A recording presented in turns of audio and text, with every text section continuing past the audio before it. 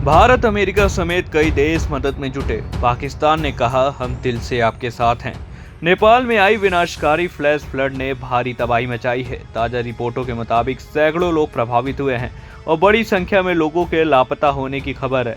हिमालयी इलाके में ग्लेशियर से बर्फ और चट्टानों के बड़े हिस्से के टूटने के बाद पानी और मलबे का भयानक सैलाब नीचे की ओर आया, जिसने गांव, सड़कों और दूसरे इंफ्रास्ट्रक्चर को भारी नुकसान पहुंचाया है।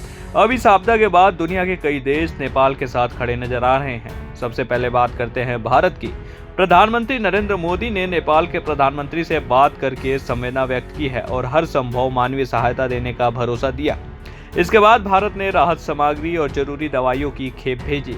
रिपोर्टों के मुताबिक भारतीय वायुसेना के विमान से करीब 10 टन राहत सामग्री नेपाल पहुंचाई गई, जिसमें अस्थायी आश्रय से लेकर कंबल, हाइजीन किट, सोलर लैंप और दवाइयां शामिल हैं।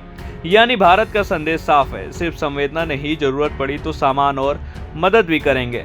अब अमेरिका की बात करें तो अमेरिका ने भी नेपाल के लिए आपात सहायता का ऐलान किया है। अमेरिकी विदेश विभाग ने एक डिजास्टर रिस्पांस एडवाइजर भेजने और राहत कार्यों के लिए $5 लाख की सहायता देने की बात कही है। यही मदद आपातकालीन आश्रय, जरूरी राहत सामग्री, पानी, स्वच्छता और हाइजीन से जुड़े कार्यों में इस्तेमाल की जाएगी। संयुक्त राष्ट्र और कई अंतर्राष्ट्रीय संगठन भी राहत और बचाव कार्यों में मदद के लिए सक्रिय हो गए हैं।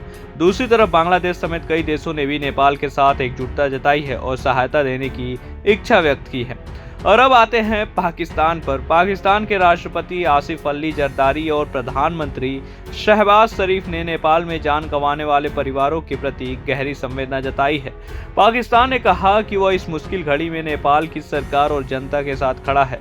पाकिस्तान की ओर से फिलहाल सार्वजनिक रूप से सामने आई प्रतिक्रिया मुख्य रूप से संवेदना और एकजुटता जताने तक ही दिखती है। तो सोशल मीडिया वाली भाषा में कहें तो भारत बोला राहत सामग्री भेजते हैं, अमेरिका बोला इमरजेंसी सहायता भेजते हैं और दूसरे देश बोले हम भी मदद के लिए तैयार हैं। लेकिन पाकिस्तान बोला कि हमारी संवेदनाएं आपके साथ है। अब जाहिर है कि किसी भी आपदा में संवेदना भी महत्वपूर्ण होती है, लेकिन जब जमीन पर राहत और बचाव का काम चल रहा हो तब लोगों की जरूरत सिर्फ शब्दों की नहीं होती, उन्हें दवाइयाँ, खाना, टेंट, पानी और बचाव टीमों की जरूरत होती है। हालांकि राहत और बचाव का काम अभी जारी है और अलग अलग देशों की मदद की स्थिति आगे बदल भी सकती है, लेकिन इस वक्त नेपाल की त्रासदी ने एक बात जरूर याद दिलाई है कि मुश्किल समय में असली दोस्ती सिर्फ ट्वीट करने से नहीं बल्कि जरूरत पड़ने पर मदद पहुंचाने से भी पहचानी जाती है। आपका क्या कहना है नेपाल की इस बाढ़ पर और तमाम देशों द्वारा मदद किए जाने पर? अपनी राय हमें कमेंट करके जरूर बताइएगा और देखते रहिए प्रभात खबर। प्रभातखबर.com, विश्वास वही, रफ्तार नहीं।